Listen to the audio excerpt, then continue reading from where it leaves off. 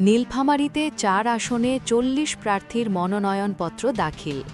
উৎসবমুখর পরিবেশে নীলফামারী জেলায় ত্রয়োদশ জাতীয় সংসদ নির্বাচনের মনোনয়নপত্র দাখিলের শেষ দিনে বিভিন্ন রাজনৈতিক দল ও স্বতন্ত্র প্রার্থীরা তাদের মনোনয়নপত্র জমা দিয়েছেন।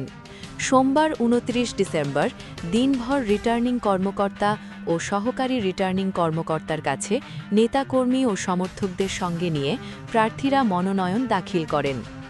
মনোনয়ন দাখিলকারীদের মধ্যে বিএনপি, জামায়াতে ইসলামী, জাতীয় পার্টি, ইসলামী আন্দোলন বাংলাদেশ, এলডিপি, বাংলাদেশ ন্যাপ, খেলাফত মজলিস, জমিয়াতে উলামায়ে ইসলামী বাংলাদেশ, বিএনএফ, বাসদ মার্ক্সবাদী সহ বিভিন্ন রাজনৈতিক দল এবং স্বতন্ত্র প্রার্থীরা রয়েছেন।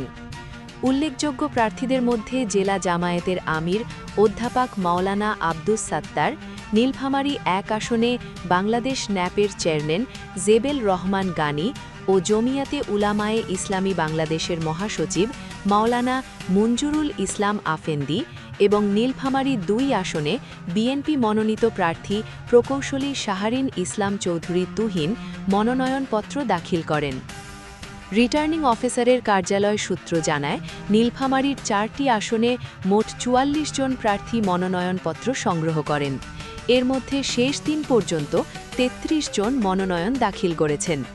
আসন ভিত্তিক হিসাবে নীলফামারী ১ আসনে ১২ জন, নীলফামারী ২ আসনে ৯ জন, নীলফামারী ৩ আসনে ৭ জন এবং নীলফামারী ৪ আসনে ১২ জন প্রার্থী মনোনয়ন দাখিল করেছেন। এদিকে নীলফামারী ২ আসনে স্বতন্ত্র প্রার্থী হিসাবে জেলা বিএনপির সদস্য সচিব AHM সাইফুল্লাহ রুবেল এবং ক্রীড়া সংগঠক মিনহাজুল ইসলাম মিনহাজও মনোনয়নপত্র জমা দেন।